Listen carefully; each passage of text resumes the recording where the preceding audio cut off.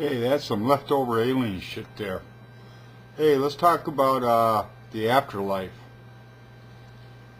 We all know that life is fragile, but have you ever stopped to think how fragile it really is? That 50 years after your death, no one's going to know who the hell you are or that you even existed. That kind of sucks. Now, I don't think people really fear death itself. After all, death is kind of just like dropping off to sleep forever. That's not a bad thing. I do that on a nightly basis, kind of. Fortunately, I wake up in the morning. No, what you're really scared of is being forgotten. Everything you do, everything you are, doesn't have any value, won't have any value long after you're dead. Maybe that's why I write and make these videos. Maybe I do it because I'm a legend in my own mind, in my own reality. Who knows? Who cares? You certainly don't. Speaking of death, these things are going to get me there pretty quick. I know that. Anyhow, what got me thinking about death was the series finale of Battlestar Galactica. When Kara Thrace was asked what she fears most, and her answer was, to be forgotten. Ooh.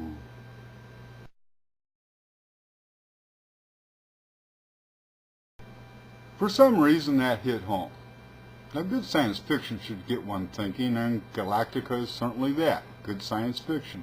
So like the dutiful fan I am, I started thinking, and what I came up with was the thread.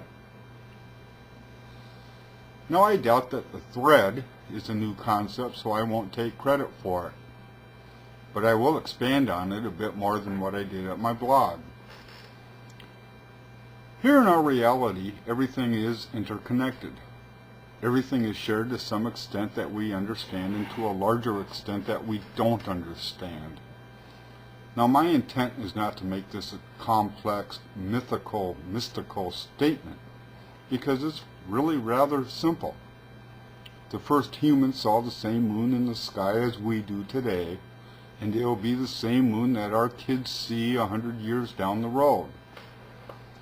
Regardless of race or religion, we ask basically the same questions about our lives, and we voice the same concerns. Being human is a shared experience. It's that simple.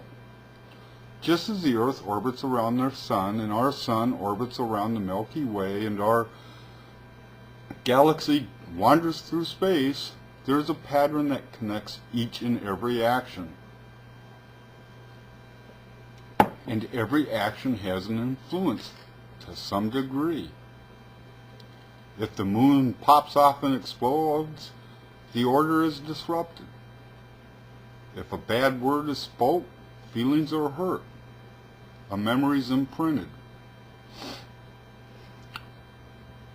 There's an ancient wisdom that cries, as above, so below, and it exemplifies the relationships of all things. It speaks to the sense of this thread that weaves everything in existence together. So will everything you've done in your life be forgotten? Well, think about this. We accept this fact that your earthly remains will melt away and be part of something new. Science tells us that. Hell, we even know that manure makes good fertilizer, and manure is what? Consider that even when planets die, part and parcel of those planets are found elsewhere. Life and rebirth are part of our reality. Death is a part of our shared experience.